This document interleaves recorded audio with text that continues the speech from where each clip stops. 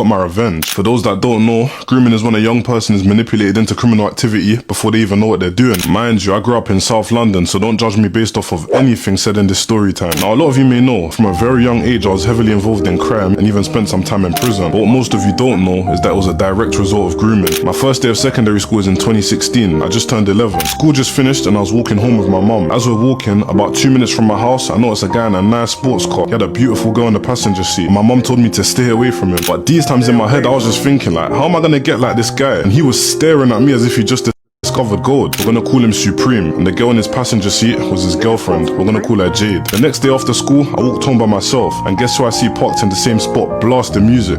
Supreme. And as I was walking past, he called me over and asked me if I wanted to lift home. And I said, yeah, like, why not? Next thing you know, we ended up in a McDonald's drive-thru. He told me to get whatever I wanted, and me being modest, I said I wanted 6 nuggets. Tell me why this guy's gone and ordered me 20 nuggets with chips and a drink.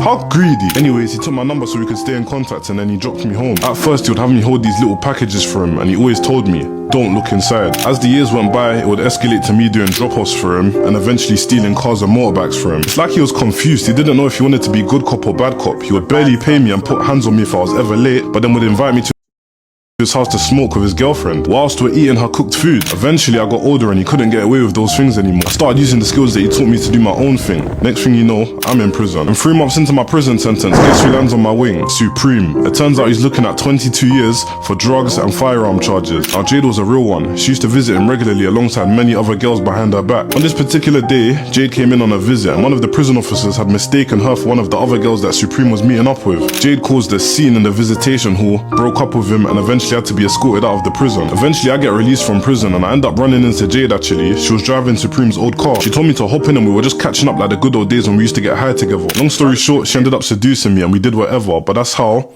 I was groomed from the ages 11 to 17, but eventually got my revenge. For those that don't know, grooming is when a young person is manipulated. Bro, ended up cracking Supreme's girl? No, guys, that is the worst form of like disrespect, bro. Listen, yeah, I was not expecting it. I was not expecting the story to end like that. You see what I'm saying? No, that is actually a madness. What the hell?